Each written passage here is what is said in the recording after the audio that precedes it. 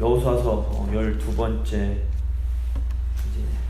시간입니다. 오늘은 여호수아 20장, 21장 그 도피성과 레위 지파가 분배받는 성읍에 대해서 이렇게 생각을 해보겠습니다. 지난 이제 여호수아를 크게 네 부분으로 나눌 수 있는데 1에서 5장은 약속의 땅에 진입하는 부분, 그 다음에 6에서 12장은 실제로 전쟁이 치러지는 부분, 여리고성과 아이성을 비롯해서 쭉 전쟁이 치러지고, 이제 13장에서 21장이 분배받는 부분입니다. 유다 동편 분배받고 유다 지파, 요셉 지파 분배받는 나머지 지파 분배받는 내용을 지난 시간까지 했습니다. 이제 지난 시간에 12지파가 이제 다 분배를 받고, 이제 오늘은 도피성과 나머지 부분 레위인들을 위한 성읍을 지정해주는 내용입니다. 20장 이제 1절 한번 1절, 2절, 3절. 여호와께서 여호수아에게 말씀하여 이르시되 이스라엘 자손에게 말하여 이르기를 내가 모세를 통하여 너희에게 말한 도피성들을 너희를 위해 정하여 부지 중에 실수로 사람을 죽인 자를 그리로 도망하게 하라. 이는 너희를 위해 피의 보복자를 피할 것이니라. 이 12지파가 이제 그 땅을 다 분배해 준 후에 하나님이 여호수아에게 도피성을 지정해서 세우라고 그러십니다. 이 도피성은 고의로 죽인 것이 아니라 실수로 사람을 죽인 사람이 복수로 죽지 않도록 하기 위한 보호장치였습니다. 현대에는 누가 이제 어떻게 죽으면, 누가 이제 사람이 죽으면 뭐 경찰이나 이렇게 사법기관에서 그 죽음이 억울한 죽음이 되지 않도록 정의를 시행합니다. 이제 고대 시대에는 지금 같은 사법제도가 없었습니다. 그래서 어떤 사람이 죽으면 그 사람의 주위 가족이나 주위 사람들이 그 사람의 죽음에 대해서 복수를 해주는 것이 정의로운 행위였습니다. 이렇게 죽은 사람을 위해서 대신 복수해주는 사람을 피의 보복자, 피의 보복자라고 불렀습니다. 그러니까 피의 보복자들은 보통 이제 죽은 사람의 친척이나 죽은 사람이 살던 성읍의 장로가 이제 피의 보복자 역할을 해줘야 됐는데, 피의 보복자는 죽은 사람을 위해서 대신 복수를 해줘야 될 의무가 있었던 겁니다. 내가 뭐 다른 사람 죽이는 게 좋은 게 아니라 이 사람이 죽었으니까 내가 그 사람의 책임을 맡은 사람으로서 이 사람이 흘린 피해에 대해서 보복을 해줘야 될 책임을 갖게 되는 겁니다. 근데 이제 여기서 고의적으로 일부러 누가 미워서 죽였다 이런 사람은 무조건 사형입니다. 그런데 죽일 의도가 전혀 없었는데 실수로 밀었는데 떨어져서 죽거나, 뭐 도끼를 하다가 뭐 이렇게 돌끼기 날이 날아가서 죽거나, 정말 요즘으로 치면 이제 차 사고 같은 일들, 정말 마음이 없었는데 실수로 이렇게 사람을 죽이게 되는 경우에 이 사람은 죽었습니다. 근데 죽은 사람의 이제 피해 보복자들은 복수를 해줘야 될 책임이 있었기 때문에 그 사람이 실수로 죽였던 고의로 죽였던 간에 이 사람의 피값을 이제 복수해줘야 될 이제 책임이 있게 된 겁니다. 그래서 이제 도피성의 목적은 기본적으로 이렇게 실수로 사람을 죽인 사람들이 이 피해 보복자로부터 보복당하지 않도록 보호해주는 기능이었습니다. 더욱이 이제 지금도 힘 있는 사람들은 막 법을 막 왔다 갔다 할 수 있는데, 고대에 힘 있던 사람들은 자기 마음대로 약한 자들을 죽이기가 굉장히 쉬웠던 겁니다. 정말 힘센 어떤 성읍의 지주의 뭐 이렇게 아들이 죽었는데 뭐 이유 불문하고 실수로 죽였다고 막 복수할 수 있는 그런 상황이었습니다. 그래서 이 도피성은 이스라엘의 약자나 곤경에 처한 사람의 생명을 보호하는 법적 장치였다고 볼 수 있습니다. 실제로서 구절을 보시면 도피성의 위치가 나옵니다. 총 6군데 이제 도피성이 있었는데 어느 지파에서도 다 금방 갈 수 있는 그런 딱 이렇게 되어 있습니다. 그래서 요단강 서쪽 보시면 납달리 산간 지방에 이제 갈릴리 이제 게데스라는 곳에 도피성이 하나 있었고, 또 이제 에브라임 산간 지방에서는 세겜이라는 곳에 도피성이 있었고, 또 유다 산간 지방에서는 헤브론, 기럇 아르바라고 불리는 헤브론, 여기에 또 도피성이 있었습니다. 유다 동편 지역 보시면 루벤 지파의 땅에는 베셀이라는 곳에 있었고, 갓 지파에는 길랏 라못이라는 곳에 도피성이 있었고, 이 므낫세 반지파 게르손 그리고 이제 바산 골란 이 지역에 그 도피성이 있었습니다. 4절부터 5절을 보시면 이 성읍들 중에 하나에 도피하는 자는 그 성읍에 들어가는 문 어귀에 서서 그 성읍의 장로들의 귀에 자기의 사건을 말할 것이요 그들은 그를 성읍에 받아들여 한 곳을 주어 자기들 중에 거주하게 하고 피해 보복자가 그의 뒤를 따라온다 할지라도 그들은 그 살인자를 그의 손에 내어주지 말지니 이는 본래 미워함이 없이 부지 중에 그의 이웃을 죽였습니다. 그러니까 실수로 살인한 사람은 일단 이 도피성 중에 한 곳으로 가서 성문 어귀에 이제 가는 겁니다. 그래서 성문 장로들에게 사실은 제가 뭐 함께 일을 하다가 도끼날이 빠지면서 날아가서 그 사람한테 맞아서 그 사람이 죽었습니다. 제가 죽일 의도가 전혀 없었고 설명을 막 하는 겁니다. 그럼 도피성에 사는 이 장로들이 그 사람의 사연을 들은 다음에 이 사람 우리가 구제해 주는 게 맞겠다 딱 하고 성 안으로 받아들여서 그가 있을 곳을 마련해주고 이제 함께 살아갈 수 있게 한 겁니다. 이제 이 복수를 하는 사람들이 막 그 성읍에 와서 그 사람 내놔라 그래도 이 도피성에서는 절대 그 사람을 내놓지 않는 겁니다. 왜냐하면 그 사람이 실수로 죽인 거지 정말 미워해서 죽인 게 아니었기 때문입니다. 그래서 이제 도피성이 이제 두 가지 원리를 볼 수 있는데 첫 번째가 이제 재판의 권리입니다. 6절 보시면 그 살인자는 회중 앞에 서서 재판을 받기까지 또는 그 당시 제사장이 죽기까지 그 성읍에 거주하다가 그 후에 그 살인자는 그 성읍 곧 자기가 도망하여 나온 자기 성읍 자기 집으로 돌아갈지니라 하라 하시니라. 실수로 살인을 저지른 사람은 여러 사람들 회중 앞에서 재판받을 때까지 또는 그 당시에 대제사장이 죽을 때까지 도피성에 머물다가 다시 이제 자기 성읍, 자기 집으로 돌아갈 수가 있었습니다. 그러니까 실수로 사람 죽인 사람은 일단 회중들 앞에서 공정한 재판을 받을 권리가 있었습니다.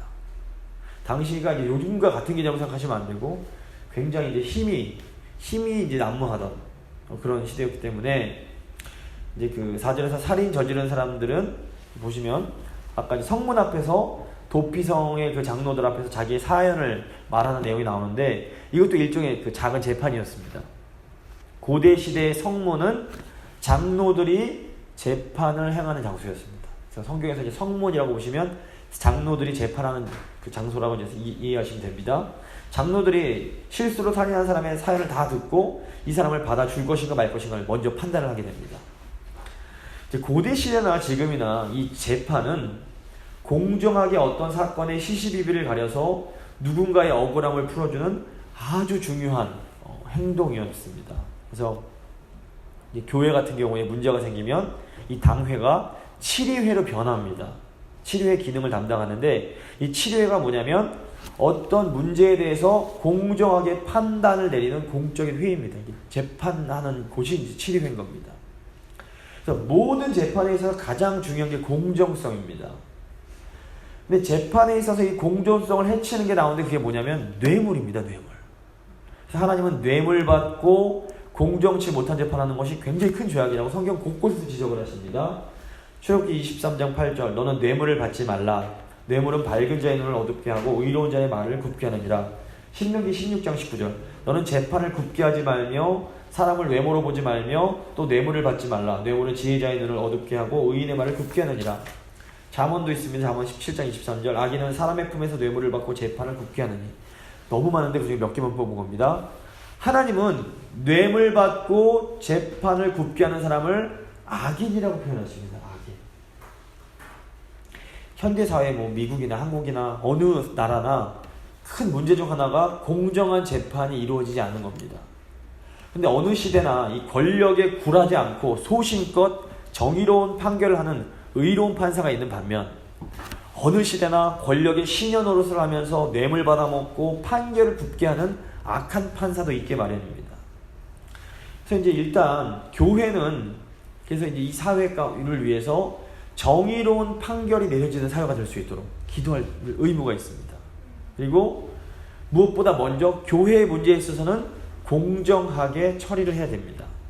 모범이 되기 위해서. 그래서 동시에 이 교회는 이 사회를 위해서 정의로운 판사들을 길러내는 곳이 되어야 됩니다. 이게 무슨 의미냐면 사실은 정의로운 판사의 가장 중요한 공정성을 가장 잘 기를 수 있는 곳이 교회입니다. 왜 그러냐면 교회는 하나님의 말씀을 딱 그 기준으로 삼기 때문에 살아계신 하나님의 말씀에 따라서 하나님 앞에서 양심에 따라 행동하는 것을 배우는 곳이 교회입니다. 교회가 이 기능을 제대로 하면, 그러니까 하나님 말씀을 제대로 배우기만 하면 돈과 권력보다 하나님 말씀대로 양심대로 행하는 것이 가장 중요함을 몸으로 익힐 수 있게 됩니다. 어릴 때부터 그렇게 이런 것들이 익힌 아이들이 자라서 판사가 되면 그 판사는 뭐 외부에서 막 어떤 유혹이 와도 딱 공정한 재판을 할 수가 있게 되는 겁니다. 교회가 제 기능을 잘하면 정의로운 판사들이 교회에서 배출될 수가 있는 겁니다. 근데 이제 요즘 보면 이제 보통 이제 법대 가고 로스쿨 가고 이런 사람들이 돈 많이 벌고 명예 없고 막 이러다 보니까 한국에서 막 판사 지금 사법 이제 좀 문제가 막 생기는데, 그러니까 나의 명예, 나의 어떤 그런 부와 그런 그 권력을 위해서가 아니라 정말로 이 사회의 약한 자들의 억울함을 풀어주는 정의로운 재판관들이 이제 필요한데, 그런 사람들이 뭐 물론 계시지만 이제 그런 분들을 잘 교회가 길러낼 수 있고 또 그런 분들을 위해서 기도하는 필요가 있습니다. 그래서 제 바람은 우리 재건교회 다음 세대들 중에서도 이렇게 정의로운 재판관들이 좀 나올 수 있으면 좋겠다. 저희가 좀 이걸 위해서도 좀 같이 기도하면 좋을 것 같습니다. 그래서 재판 중요합니다. 두 번째, 그러니까 도피성의 첫 번째 의미는 누구라도 공정한 재판을 받을 수 있는 기회가 주어져야 된다 이겁니다. 두 번째는 용서의 은혜입니다. 이제 46절 보시면 그 살인자는 회중 앞에서 재판을 받기까지 또는 그 당시 제사장이 죽기까지 그 성읍에 거주하다가 그 후에 살인자는 그 성읍 곧 자기가 도망해 나온 자기 성읍으로 돌아갈 수가 있게 됩니다. 그러니까 실수로 사람을 죽인 사람은 대제사장이 죽으면 그 죄를 용서받고 고향으로 돌아갈 수가 있었습니다. 왜 그러냐면 이 대제사장의 죽음은 실수로 저지른 죄에 대한 속죄 제물의 의미가 있었기 때문입니다. 대제사장의 죽음을 통해서 실수로 사람 죽인 사람의 그 죄는 용서를 받게 되는 겁니다. 용서를 받는다라는 것은 다시 새로운 삶을 시작할 수 있는 것을 의미합니다. 그러니까 이 대제사장의 죽음은 우리의 대제사장 되시는 우리 죄를 대속한 예수 그리스도의 죽음을 예표합니다. 대제사장의 죽음은 실수로 사람을 죽인 사람이 과거에 저지른 잘못을 용서받고 새로운 삶을 살 수 있게 합니다. 마찬가지로 예수 그리스도의 십자가 죽음으로 우리도 우리의 죄를 용서받고 완전히 새로운 삶을 살아갈 수 있게 됩니다. 그래서 그리스도인은 어떤 의미에서 보면 예수 안님 안에서 새로운 삶의 기회를 허락받은 사람들이라고 볼 수 있습니다. 과거에 어떤 잘못을 저질렀어라도 그리스도 안에서 완전히 새롭게 시작할 수 있는 것, 이것이 이제 예수 믿는 것의 특권입니다. 그래서 무언가를 새롭게 다시 시작할 수 있다는 것은 정말로 대단한 특권이고 대단한 축복이라고 볼 수 있습니다. 그래서 이 도피성은 하나님께서 가나안 땅을 정복하라고 하신 그 목적이 뭔지를 분명하게 보여줍니다. 가나안 땅을 정복한 목적은 그곳에 이제 하나님 백성 이스라엘이 하나님의 나라를 건설하고 제사장 나라와 거룩한 백성으로 살아가기 위해서였습니다. 열방을 구원하기 위한 통로 역할을 하는 나라를 세우기 위해서였습니다. 그렇기 때문에 그 땅은 무고한 피로 더럽혀져서는 안 되는 겁니다.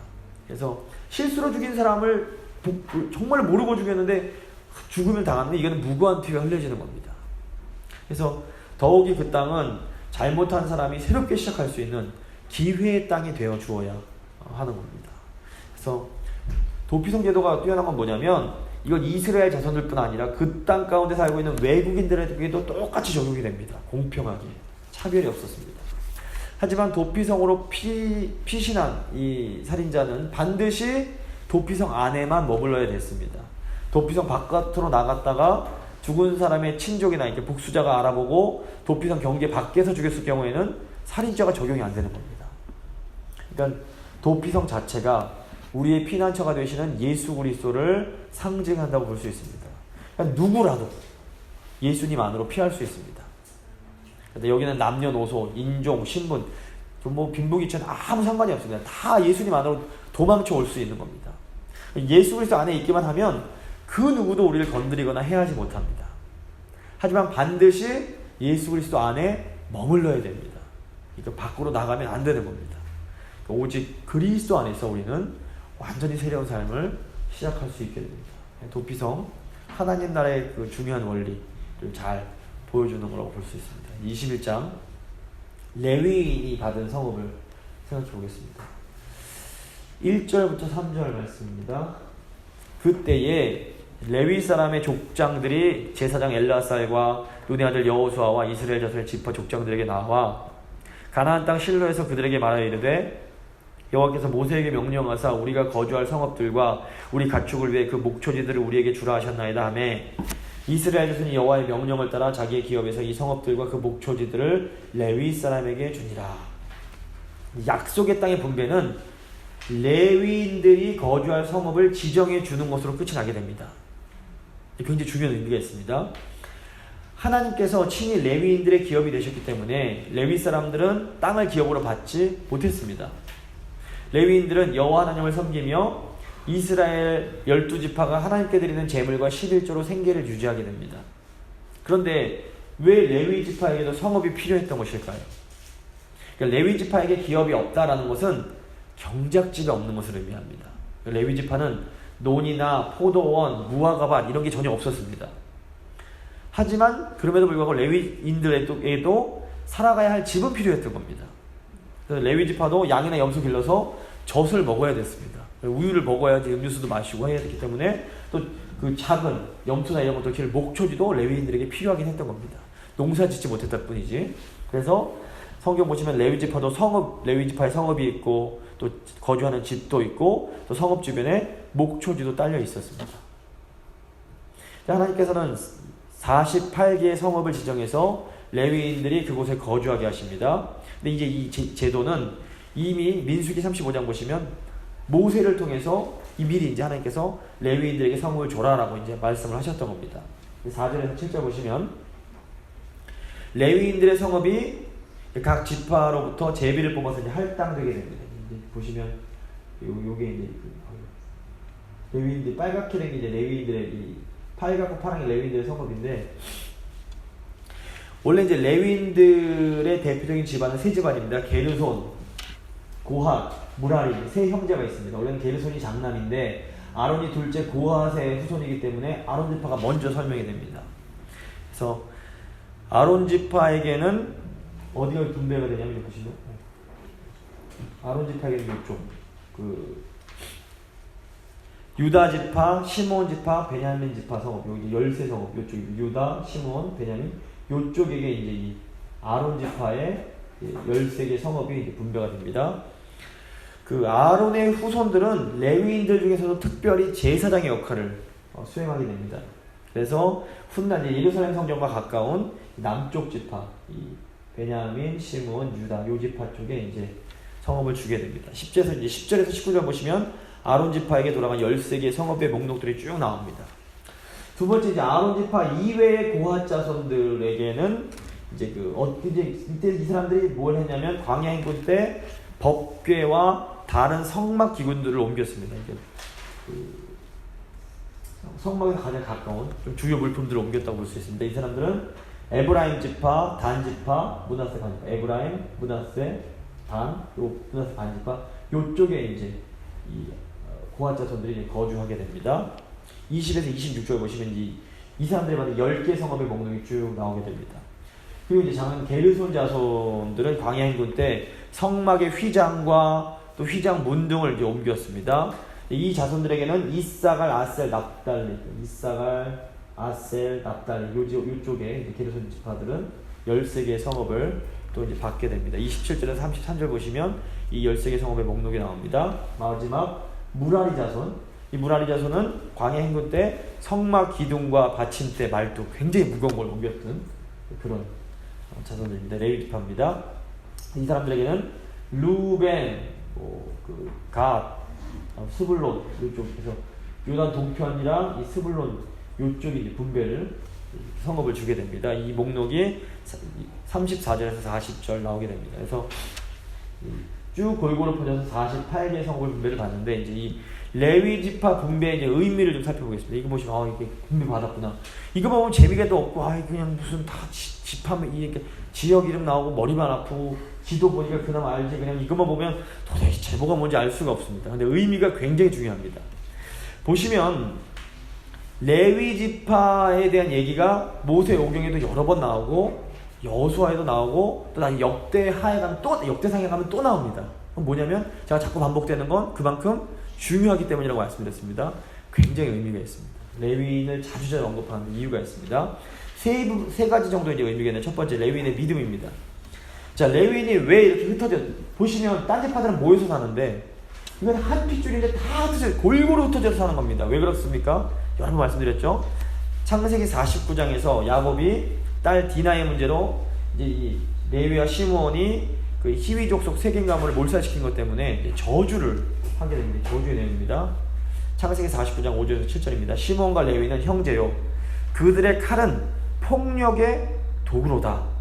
그들이 그들의 분노대로 사람을 죽이고 그들의 혈기대로 소의 발목 힘줄을 끊었음이로다. 그 노염이 혹독하니 저주를 받을 것이요 분기가 맹렬하니 저주를 받을 것이라. 내가 그들을 야곱 중에서 나누며 이스라엘 중에서 흩으리로다. 이게 그대로 그냥 이 말씀, 이 예언이 그대로 이루어진 겁니다. 이 저주대로 시므온 지파 같은 경우에는 정말 이스라엘 역사 속에서 나중에 사라져버립니다. 흩어져서 사라져버립니다. 민수기 보시면 민수기의 그 1장과 26장에서 두 번 인구조사를 시행합니다. 근데 이제 첫 번째 1차 인구조사와 2차 인구조사를 비교를 해보면 유독 시므온 지파만 수가 반으로 줍니다.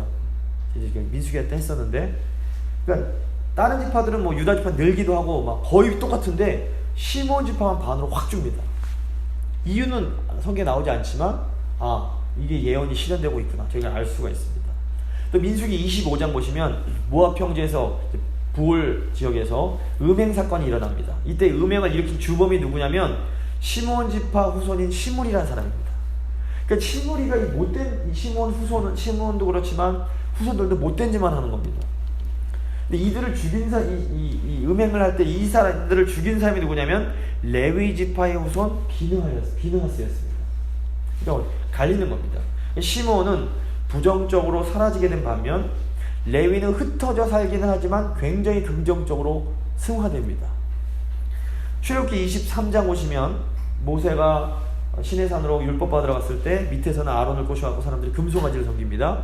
모세가 내려와서 이제 격부를 하면서 이제 돌판을 내려 던지면서 여호와를 따르자 나에게 내 편에 살아갔을 때 이제 레위 지파가 탁 모세 뒤에 서서 자기 뭐 부모, 형제, 동족들을 탁 칼로 찔러 죽입니다. 이거를 레위 지파가 했던 겁니다. 그러니까 레위 지파는 보시면 계속 피를 보는 사람입니다. 시므온도 그렇지만 처음부터 레위는 나중에 제사장도 결국 뭐냐면 다 피 보는 사람입니다. 동물 잡고 계속 피를 보는 사람인 겁니다. 그 사람들마다 보시면 성향이 있습니다. 뭐 꼼꼼한 사람이 있고 대범한 사람이 있고 덤벙대는 사람이 있고 여러 가지 성향들이 있습니다.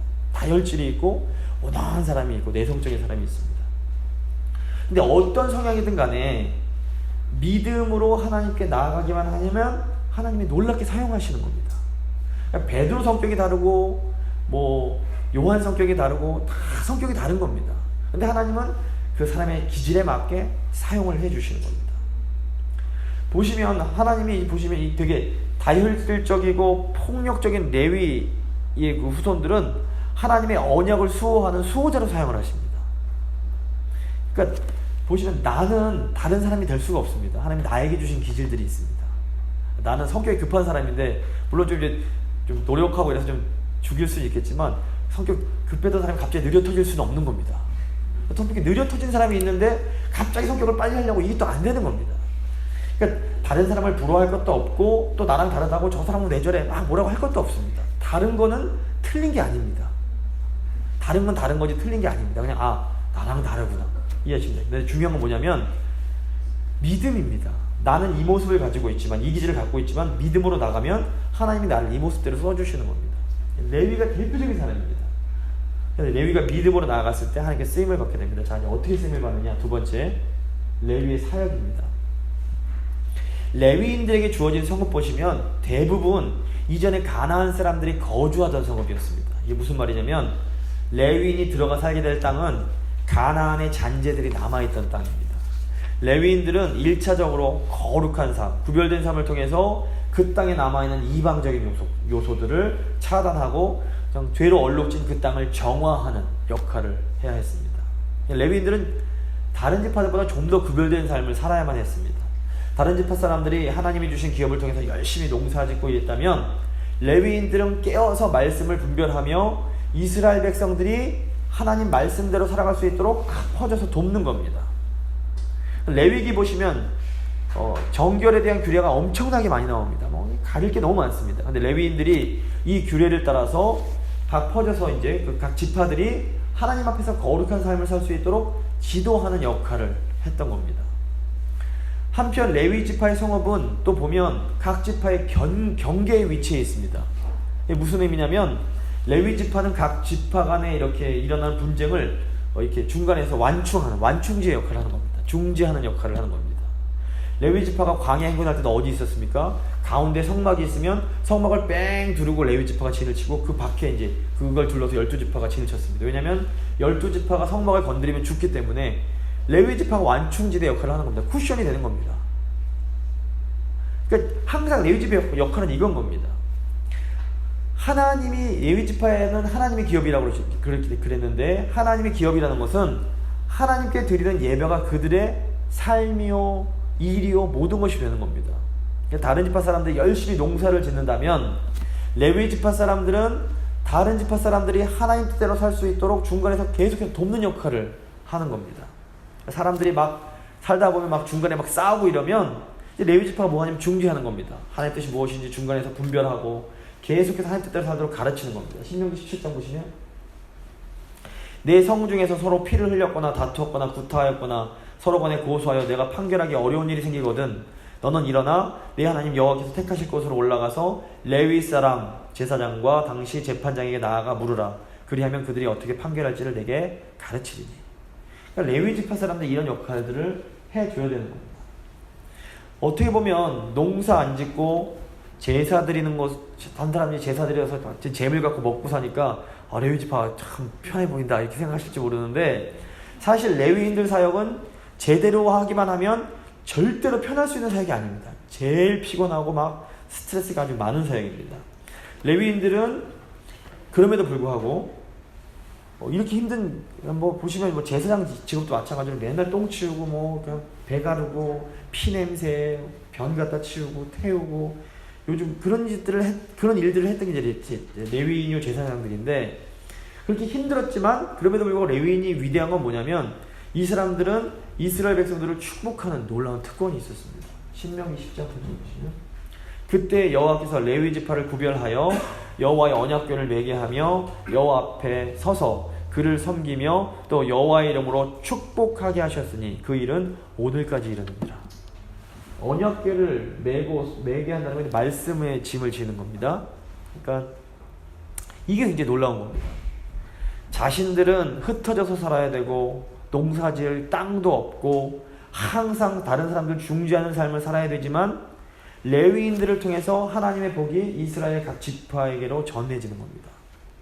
그러니까 레위인들은 전적으로 타 지파, 그러니까 타자 중심의 삶을 되게 이타적인 삶을 살아야만 했던 사람들입니다. 어떤 의미에서 레위인들은 가장 고단한 삶을 살아야만 했습니다. 하지만 그럼에도 불구하고 어떤 의미에서 레위인들은 가장 의미 있고 행복한 삶을 살았다고도 볼 수 있습니다. 좁은 의미로 보면 오늘날의 목회자들의 삶이 레위인들의 삶과 통하는 부분이 있습니다. 그런데 좀 더 넓게 보자면 이 시대의 예수님의 제자들의 삶이 바로 이 레위인들의 삶이랑 똑같습니다.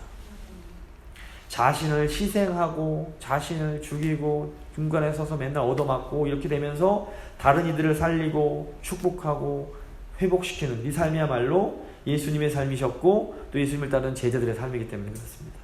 근데 우리가 바로 이 삶으로 이 거룩한 레위인의 삶으로 우리가 부름을 받은 겁니다. 부담도 되지만 또 굉장히 영광스럽고 행복한 삶이기도 합니다. 세 번째, 이스라엘 백성들의 책임. 하나님이 성경에서 구석구석에 레위인들의 성읍에 대해서 자꾸 말씀해 주신 이유, 이스라엘 백성들의 이걸 잊지 말라는 겁니다. 자, 레위 지파의 성읍에 대한 말씀이 민수기에 나오고 여호수아에 나오고 역대상 6장 54절 이하에도 또 긴 목록이 나옵니다. 왜 이렇게 자꾸 반복되냐면 레위인들의 성읍을 잘 지켜주는 것이 이스라엘에게 너무나 중요했기 때문에 그렇습니다. 레위인들의 성읍을 지켜주는 건 두 가지 의미가 있습니다. 첫째로 이스라엘 백성들이 레위인의 성읍을 잘 지켜준다는 것, 레위인을 지킨다는 것은 하나님 중심, 예배 중심의 삶을 사는 것을 의미합니다. 이스라엘은 레위인이 없으면 제사, 즉 예배를 드릴 수가 없었습니다. 그래서 나중에 느헤미야가 바벨론 포로 끌려갔다 이제 느헤미야가 이제 성벽 재건하러 돌아오니까 사람들이 레위 사람들을 챙기지를 않는 겁니다. 11조를 내야 레위인들이 먹을 수 있고 자기 일들 할 수가 있는데 11조를 안 내고 막 다 엉뚱한 데 쓰니까 레위인들이 배가 고파서 다 도망가 버린 겁니다. 느헤미야 13장 보시면 10절 내가 또 알아본즉 레위 사람들이 받을 몫을 주지 아니하였으므로 그 직무를 행하는 레위 사람들과 노래하는 자들이 성전에서 노래하는 성가됩니다. 각각 자기 밭으로 도망하였기로 배고파서 도망간 겁니다. 내가 모든 민장들을 꾸짖어 이거 뭐 장로들입니다. 이르기를 하나님의 전이 어찌하여 버림받으었느냐 하고 그 레위 사람을 불러 모아 다시 제자리에 세웠더니 이에 온 유다가 곡식과 새 포도주와 기름의 11조를 가져다가 곡간에 드림으로.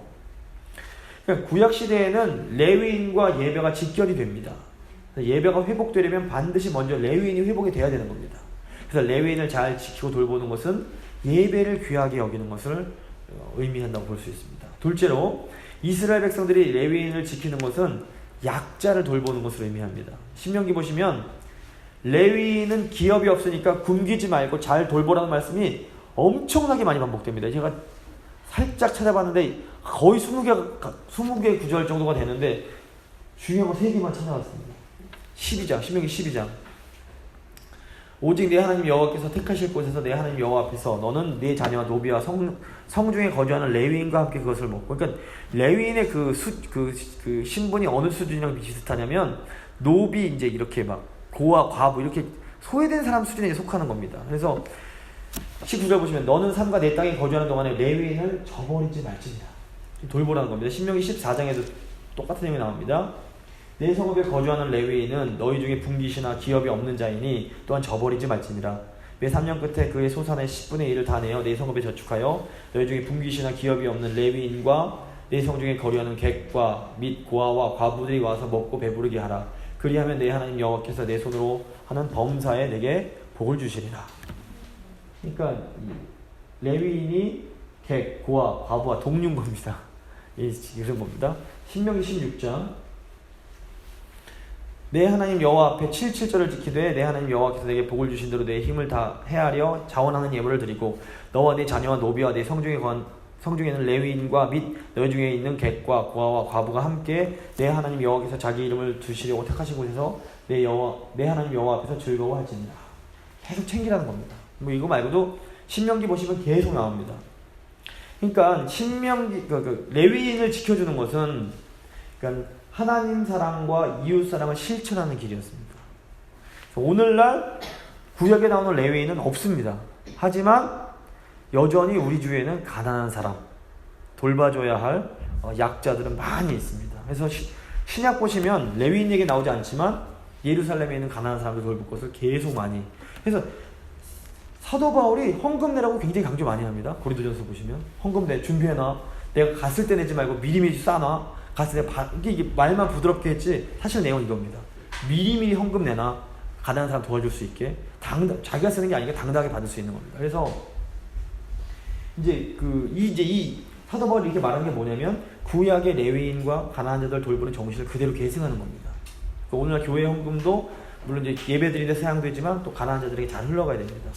그래서 잠깐 광고 말씀드리면 한국에서 재건교회 저희 은퇴하신 목회자들 돌보시는 응급 헌금을 좀 보내달라고 좀 부탁을 드려와서 이번 주변에 낼 건데 많이들 좀 기쁜 마음으로 참여해 주셨으면 좋겠어요. 저희 재건교회 어른들이 그러니까 목회자들이 뭐 이렇게 부유하신 분들이 많지 않으시기 때문에 저희가 이렇게 십시일반 모아드리는 게 그분들한테 큰 도움이 될 것 같습니다. 잠깐 광고했습니다. 자, 그래서 우리는 언제나 하나님을 예배하고 이웃을 섬기는 일에 초점을 맞추고 살아야 됩니다. 그러니까 하나님을 예배하는 것과 또 이렇게 이웃을 섬기는 일은 다른 일 같지만 절대로 떨어져 있는 일이 아닙니다. 그래서 하나님을 잘 온전히 예배하는 사람은 이웃을 섬길 수밖에 없고 이웃을 잘 섬기는 사람은 곧 하나님을 잘 예배하는 사람인 겁니다. 그래서 나는 하나님은 잘 섬기는데 이웃사랑은 좀 약해. 이런 말 하는 건 뭐랑 똑같냐면 나는 몸은 엄청 건강한데 감기에 좀 잘 걸려. 이건 똑같은 말입니다. 말이 안 되는 겁니다. 그러니까 이웃사랑 못하는 건 하나님 제대로 못 섬기는 겁니다. 예배 잘 드리는 건 너무 중요한데 뭐 예배만 빠지지 않고 나오고 하나님께 헌금 드리는 것만 잘 드리고 이웃은 잘 사랑하지 못한다? 이건 하나님 예배를 안 쳐주시는 겁니다. 제 말이 아니라 성경 말씀입니다. 이사야. 제가 이거 좀 더 마음에 다가오시라고 3번역으로 제가 갖고 왔습니다. 좀 길지만 한번 읽어드리겠습니다. 그냥 이해가 술술 되실 겁니다. 하나님께서 이사야 당시에 그런 이스라엘 백성들을 보시면서 답답해서 하신 말씀입니다. 주께서 말씀하신다. 무엇하러 나에게 이 많은 재물을 바치느냐. 나는 이제 순양의 번제물과 살진 짐승의 기름기가 지겹고 나는 이제 숫송아지의 어린 양과 숫염소의 피도 싫다. 너희가 나의 앞에 보이러 오지만 누가 너에게 그것을 요구하였느냐. 나의 뜰만 밟을 뿐이다. 다시는 헛된 재물을 가져오지 말아라. 다 쓸모없는 것들이다.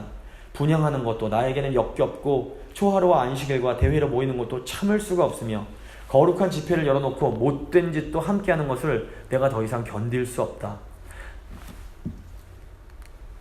나는 정말로 너희의 초하루 행사와 정한 절기들이 싫다. 너희들이 드리는 예배가 싫다는 겁니다. 그것들도 오히려 나에게 짐이 될 뿐이다. 그것들을 짊어지기에는 내가 너무도 지쳤다. 너희가 팔을 벌리고 기도한다 하더라도 나는 거들떠보지도 않겠다. 너희가 아무리 많이 기도를 한다 해도 나는 듣지 않겠다. 너희의 손에는 피가 가득하다. 너희는 씻어라. 스스로 정결하게 하여라.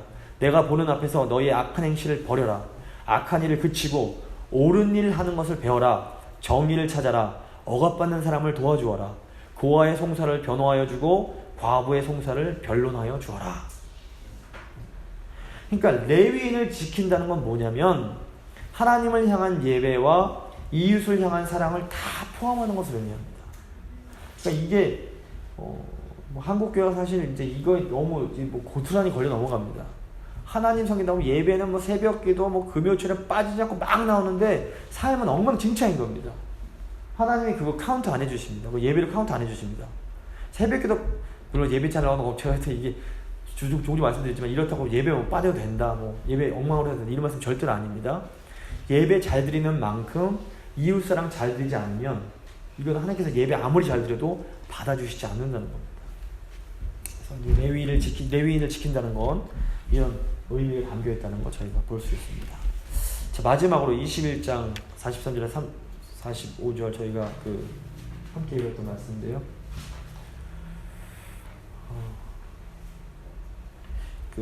하나님께서 아브라함을 불러내실 때에 땅과 후손에 대한 약속을 주십니다. 이 중에서 후손에 대한 약속은 출애굽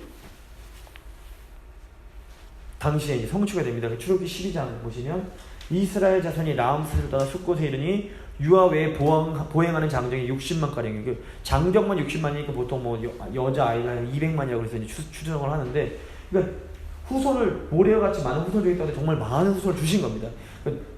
애굽에서 종살이 하면서 하나님께서 아브라함에게 주셨던 그런 자손에 관한 약속은 이제 성취가 된 겁니다.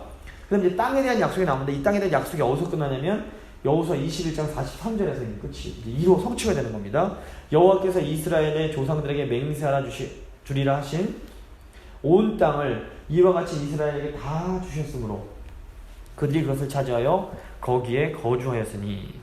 그러니까 창세기 12장에서 하나님이 아브라함에게 해주신 약속이 여호수아 마지막 부분에서 성취가 됐기 때문에 어떤 학자들은 모세 오경과 여호수아를 합쳐서 모세 오경이 아니라 육경, 헥사튜크라고 부르는 학자들도 있습니다. 왜냐하면 아브라함 약속이 여호수아에서 성취가 되기 때문에 이건 오경이 아니라 육경으로 봐야 된다, 이렇게 주장하는 학자도 일부 있습니다. 그만큼 여호수아가 이제 모세 오경과 잘 연결되는 거 저희가 볼 수 있습니다. 보시면 이제 하나님의 말씀은 반드시 이루어집니다. 그러니까 말씀이 이렇게 성취된 후에는 뭐가 있냐면 안식이 있게 됩니다. 44절 여호와께서 그들의 주위에 안식을 주셨으되 그 조상들에게 맹세하신 대로 하였으므로 그들의 모든 원수들 중에 그들과 맞선 자가 하나도 없었으니 이는 여호와께서 그들의 모든 원수들을 그들의 손에 넘겨주셨음이니라. 보시면 천지창조도 하나님의 말씀대로 이루어집니다. 그다음에 어떻게 됩니까? 안식이 있습니다. 하나님이 이스라엘의 역사를 주관하실 때도 먼저 뭘 주십니까? 약속, 말씀을 주십니다. 그리고 그 말씀이 점점 시간이 지나면서 때가 되면 말씀이 성취되고 이루어집니다. 그 후에 뭐가 있습니까? 안식이 있는 겁니다. 그래서 하나님의 말씀이 이루어지면 안식이 있는 겁니다. 자, 45절 마지막 절입니다. 여호와께서 이스라엘 족속에게 말씀하신 선한 말씀이 하나도 남음이 없이 다 응하였더라. 그러니까 하나님의 말씀은 반드시 이루어집니다. 그런데 이제 중요한 건 놀랍게도 하나님은 하나님의 말씀이 이루어지는 통로로 하나님의 백성들을 사용하십니다. 이게 굉장히 중요한 겁니다. 우주를 보시면 미국에 보니까 별들이 잘 보이던데요.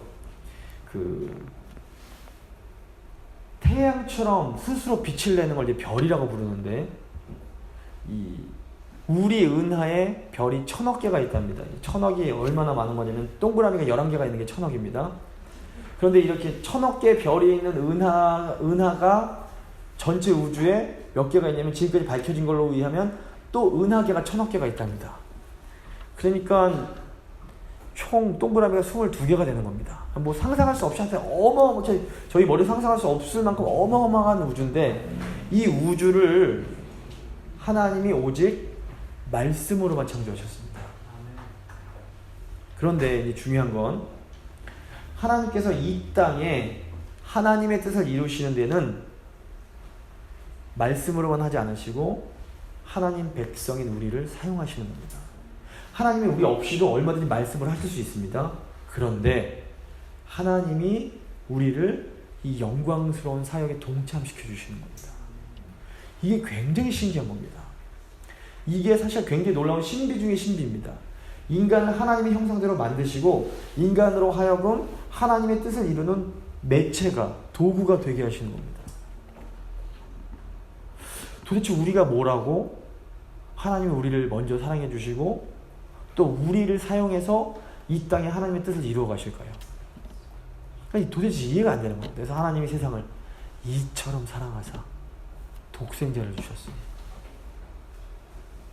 그러니까 우주가 광대하고 감탄을 하는데요. 사실은 저희 인간을 보면서, 하나님이 창조하신 우리의 모습을 보면서도 사실은 더 놀라운 감탄이 나올 수밖에 없습니다. 하나님의 뜻은 믿음으로 순종하는 하나님의 사람들, 즉 우리를 통해서 이 땅에 이루어집니다. 이게 어마어마하게 위대한 일입니다. 그러니까 하나님 백성들은 뭐 돈 좀 없어도, 몸 좀 아파도, 뭐 권력 없어도 당당할 수가 있는 겁니다. 결론을 좀 내리겠습니다. 오늘 두 가지 이제 나누는데, 먼저 도피성, 그리고 레위인의 성읍했습니다. 도피성은 예수 그리스도가 도피성 되신다고 말씀드렸습니다. 예수님께로 피하면 살 수 있고 또 다시 새롭게 시작할 수 있습니다. 오늘날 교회가 이 도피성의 역할을, 이 기능을 해 주어야 됩니다. 교회에 오면 예수님 만나서 다시 죄사함 받고 다시 살아나고, 또다시 인생을 포기했던 사람들이 교회에 들어와서 예수님 만나고 다시 새롭게 인생을 시작할 수 있는 이 시대의 도피성이 되어 주어야 됩니다. 두 번째, 레위인의 성읍입니다. 레위인의 성읍 교훈은 뭐냐면 하나님 섬기는 것, 레위인을 잘 지켜야 되는데 그것은 하나님을 잘 섬기는 것이고 동시에 약한 이웃을 돌보는 것이다. 이 두 개가 절대로 분리되는 것이 아니다. 아주 긴밀하게 연결되어 있고 저희가 그걸 해야 된다. 살펴봤습니다. 이것을 통해서 이제 오늘 분배가 드디어 오늘 끝났는데요.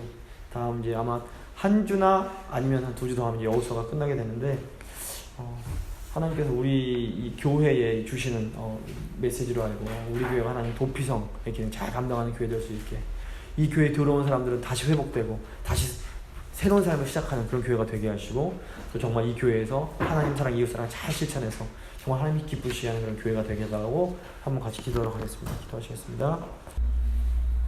살아계신 하나님, 오늘 말씀 통하여 하는 저희가 도피성의 사명을 감당해야 함을 깨닫습니다. 하나님, 저희 교회를 찾는 사람들이 다시 새롭게 예수님을 만나 모든 죄 용서를 받고 새롭게 시작하는 그런 놀라운 은혜를 경험할 수 있도록 주여 도와주시옵소서. 정말 저희 교회가 이 귀한 도피성의 사명을 잘 감당하는 참으로 아름다운 교회가 되게 하여 주시옵소서. 하나님, 또 아버지 레위인의 성읍의 말씀을 보면서 아버지 저희가 레위인의 그 사명을 잘 감당해야 함을 아버지 다시 한번 깨닫습니다. 주님, 레위인들은 비록 자기들의 삶을 희생하고 아버지 형제들을 살리고 이스라엘을 살리는 귀한 사명을 감당합니다. 하나님, 저희의 삶도 레위인의 삶이 되게 하여 주시옵소서. 저희는 힘들고 어려울지라도 저희를 통하여 저희 가족이 살고 저희 교인들이 살고 저희 주위에 있는 사람들이 살아나고 아버지 회복되어지는 정말 복의 통로되는 삶 잘 살아낼 수 있도록 주여 도와주시옵소서.